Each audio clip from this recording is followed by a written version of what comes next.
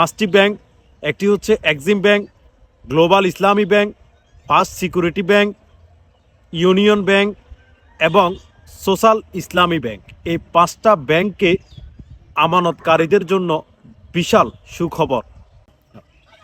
প্রিয় দর্শক, আসসালামু আলাইকুম ওয়া রাহমাতুল্লাহি ওয়া বারাকাতুহু।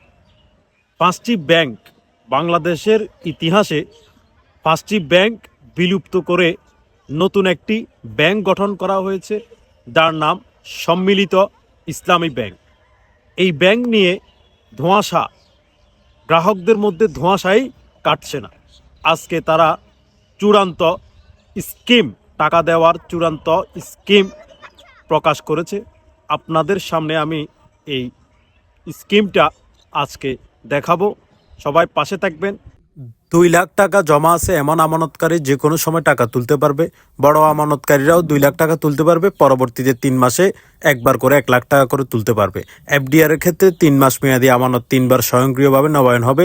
1 থেকে 2 বছর মেয়াদি আমানত 3 বছরের মেয়াদি আমানত হিসেবে গণ্য হবে।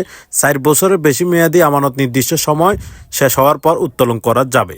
নবগঠিত সম্মিলিত ইসলামী ব্যাংকের যে কার্যক্রম, সেটা খুব রিসেন্টলি শুরু হবে এবং আমানতকারীদের টাকাও দিয়ে দেওয়া হবে।